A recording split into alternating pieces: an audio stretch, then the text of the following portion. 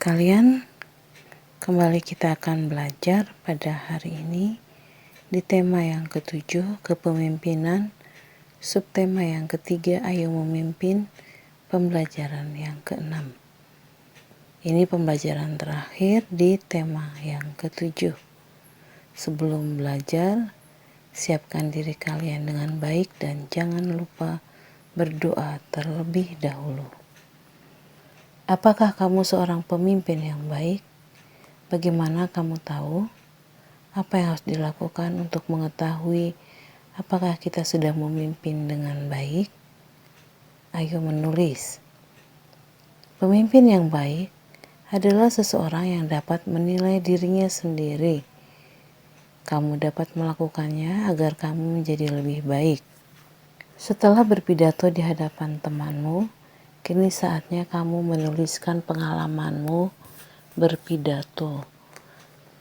Tulisanmu harus memuat hal-hal berikut: isi pidato, reaksi pendengar, waktu berpidato, sikap berpidato, rencana perbaikan saat berpidato, dan perbaikan teks pidato. Tulislah pada tempat yang sudah disediakan. Pada saat saya membuat rancangan isi pidato, saya sudah memenuhi kriteria hal-hal pokok dalam membuat pidato, yaitu salam pembuka, pendahuluan, inti, penutup, salam penutup.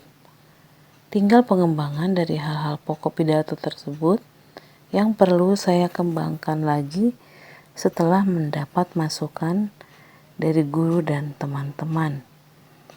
Adapun reaksi pendengar pada saat saya berpidato adalah sudah lumayan baik, walau ada beberapa teman yang kurang memperhatikan. Hal ini bisa diakibatkan saya kurang bisa mengkondisikan suasana sebelum saya membacakan isi pidato saya, dan juga kemungkinan intonasi atau tinggi rendahnya suara saya yang kurang. Pada waktu saya berpidato, dalam pikiran saya ini ada keinginan segera cepat-cepat selesai karena rasa percaya diri saya masih kurang dan perlu diasah lagi. Jadi ketika saya membaca pidato tersebut, saya merasa waktu berpidato saya terlalu cepat. Padahal sebaiknya perlu ada jeda atau jarak waktu pada pengucapan beberapa kalimat yang penting. Sikap berpidato saya kurang tenang karena kepercayaan diri saya masih kurang dan perlu diperbaiki. Juga sikap saat membaca teks. Saya terlalu fokus terhadap teks tanpa melihat ke penonton. Jadi sikap saya seperti bukan berpidato, tapi sikap membaca mutlak, dan ini perlu diperbaiki. Saya juga melakukan gerakan-gerakan yang tidak perlu demi untuk menutupi kegugupan saya, seperti menggaruk tangan yang tidak gatal, mengusap hidung, badan yang tidak bisa diam, dan lain sebagainya. Rencana perbaikan yang perlu saya lakukan dalam berpidato adalah dalam segi teks pidato, saya akan perlu mengembangkan lagi teks berdasarkan hal-hal pokok dalam berpidato.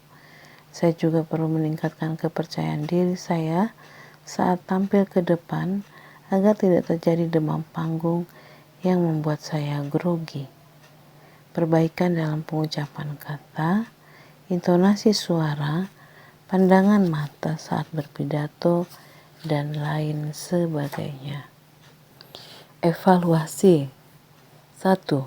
Perubahan apa yang terjadi pada masa pubertas? Perubahan fisik dengan ciri-ciri laki-laki, badan bertambah tinggi, suara menjadi membesar, jakun pada leher mulai tumbuh, bahu bertambah lebar dan bidang, mulai tumbuh jambang, kumis, dan janggut, mulai tumbuh rambut pada ketiak dan alat kelamin. Perempuan, suara menjadi melengking, pinggul mulai membesar atau melebar, payudara mulai tumbuh dan membesar, mulai tumbuh rambut pada ketiak dan alat kelamin. 2. Bagaimana cara menjaga kesehatan reproduksi pada masa pubertas? Memakai handuk yang lembut, kering, bersih, dan tidak berbau atau lembab. Memakai celana dalam dengan bahan yang mudah menyerap keringat. Hindari bertukar pakaian dalam dan handuk dengan orang lain. Pakaian dalam diganti minimal 2 kali dalam sehari. Bagi perempuan, sesudah buang air kecil, membersihkan alat kelamin sebaiknya dilakukan dari arah depan menuju ke belakang, agar kuman yang terdapat pada anus tidak masuk ke dalam organ reproduksi. Bagi laki-laki dianjurkan untuk dihitan atau disunat, agar menurunkan risiko penularan penyakit menular seksual, serta menurunkan risiko kanker penis dan kanker leher rahim pada istrinya kelak. Apa nilai yang terkandung dalam sila kelima Pancasila? Mengembangkan perbuatan luhur yang mencerminkan sikap dan suasana kekeluargaan dan gotong royong.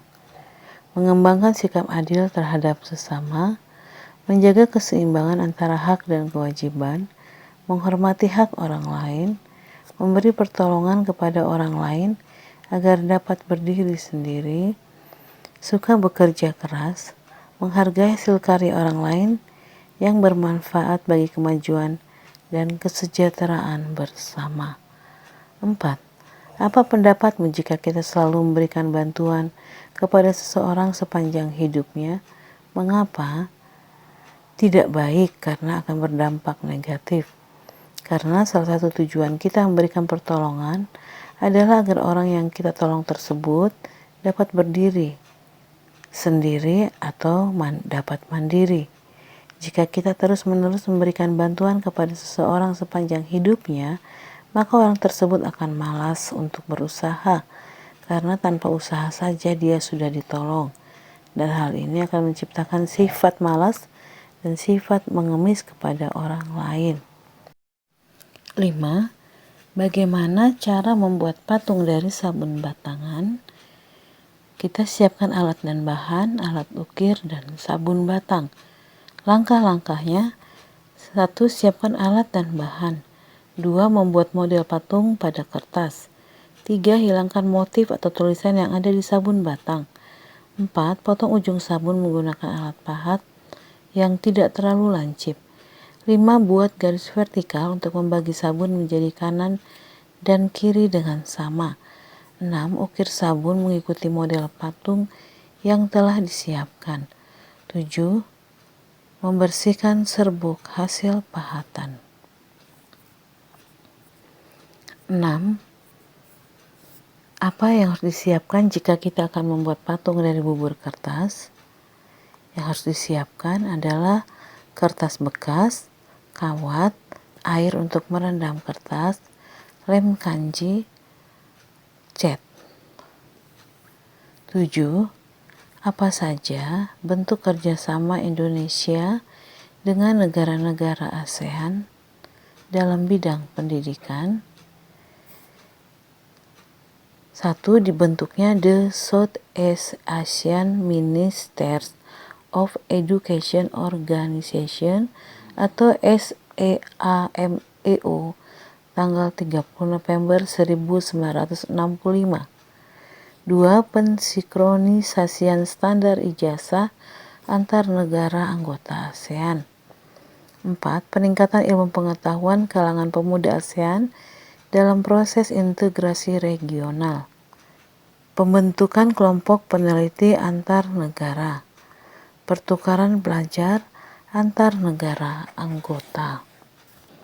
Menjaga sekolah agar tetap nyaman merupakan salah satu bentuk pengamalan persatuan dan kesatuan. Amatlah mulia bagi seseorang yang bisa menjaga keamanan lingkungannya.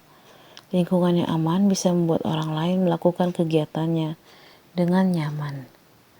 Demikianlah pembelajaran yang dapat Ibu sampaikan pada hari ini. Semoga anak-anak Ibu memahaminya. Tetap semangat belajar di rumah, tetap rajin berdoa. Salam sehat.